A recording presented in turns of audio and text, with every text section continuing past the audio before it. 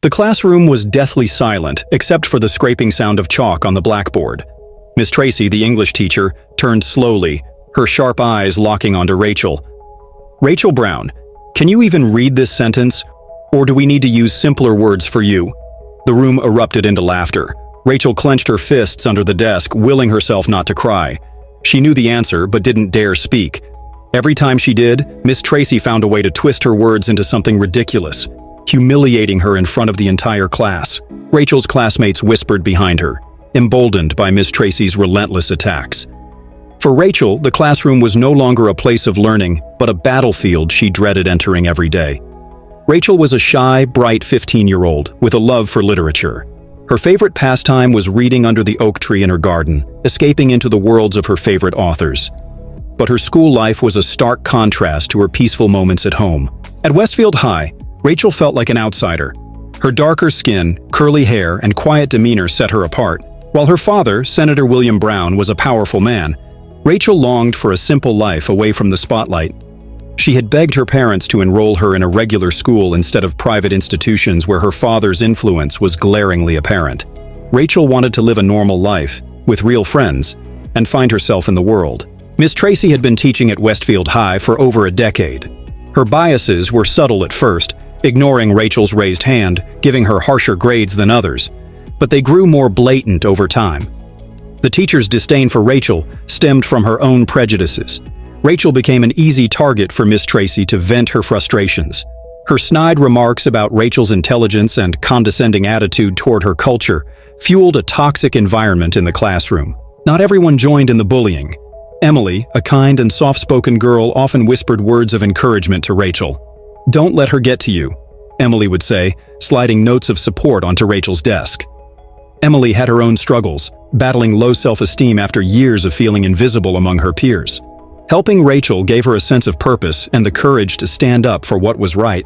One day during a group presentation, Miss Tracy openly mocked Rachel's accent, claiming it was unfit for academic discussions. The class laughed uproariously, and Rachel felt her cheeks burn with shame. That night, she sobbed in her room, the pain unbearable. Her mother, Evelyn, noticed her daughter's tears and pressed her for answers. Rachel finally broke down, recounting every insult, every slight, and every moment of humiliation. Evelyn, enraged, told her husband, Senator Brown, about the ordeal. William Brown was known for his fiery speeches and unwavering dedication to justice. When he learned about his daughter's struggles, he was livid. "No one bullies my daughter," he declared. But Rachel begged him to handle the matter discreetly. "I don't want the media involved, Dad. I just want her to stop." Senator Brown promised to respect her wishes, but he was determined to take action. Senator Brown instructed one of his staff to look into Miss Tracy's behavior. They spoke to other students and a few teachers. The staff uncovered a trail of complaints against Miss Tracy over the years for discriminatory actions against black kids, none of which had been addressed by the school administration. Emily, Rachel's friend, decided to speak out to help Rachel. She secretly recorded one of Miss Tracy's classes, capturing her degrading comments towards Rachel and blatant favoritism. The recording became a crucial piece of evidence. She gave the recording to the staff Rachel's father hired. Senator Brown requested a private meeting with the school board and invited Miss Tracy to attend. At the meeting, Miss Tracy denied all the accusations leveled against her, but when they played the recording and presented the evidence against her, Miss Tracy's smug demeanor faltered as the weight of her actions came to light. She had no idea Rachel's dad was a powerful man. Normally, they would never call her for something like this, as she was dating the principal. News of the confrontation spread quickly. Parents demanded accountability, and the school board had no choice but to fire Miss Tracy. However, the damage was already done. The community's trust in Westfield High was shattered. Miss Tracy was blacklisted and could not another job anywhere. For the first time in months, Rachel felt safe at school, but the attention brought by the incident made her uncomfortable. Reporters camped outside her home, eager for a statement from Senator Brown. Despite her father's attempts to shield her, Rachel's story became a national sensation. People praised Senator Brown's actions, but also criticized the systemic issues within the education system. Rachel felt overwhelmed by the spotlight.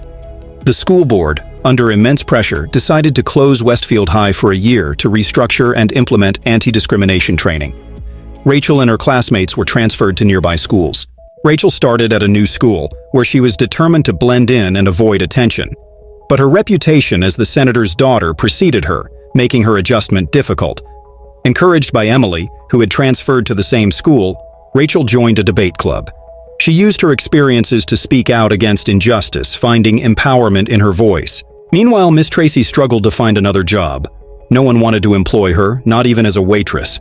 Facing the consequences of her actions, she began to reflect on her biases and the harm she had caused. The ordeal brought the Brown family closer. Senator Brown and Evelyn ensured that Rachel felt supported, prioritizing her mental health over everything else. Rachel started a blog, sharing her story and advocating for educational reforms. Her posts gained traction, inspiring students across the country to stand up against discrimination. Emily, too, flourished. Her friendship with Rachel gave her the confidence to pursue her passions, and she became a prominent member of the school's student council. Years later, Rachel graduated with honors and pursued a career in education policy, determined to create a better system for future generations. As she delivered her valedictory speech, she thanked her parents, her friend Emily, and everyone who had supported her journey.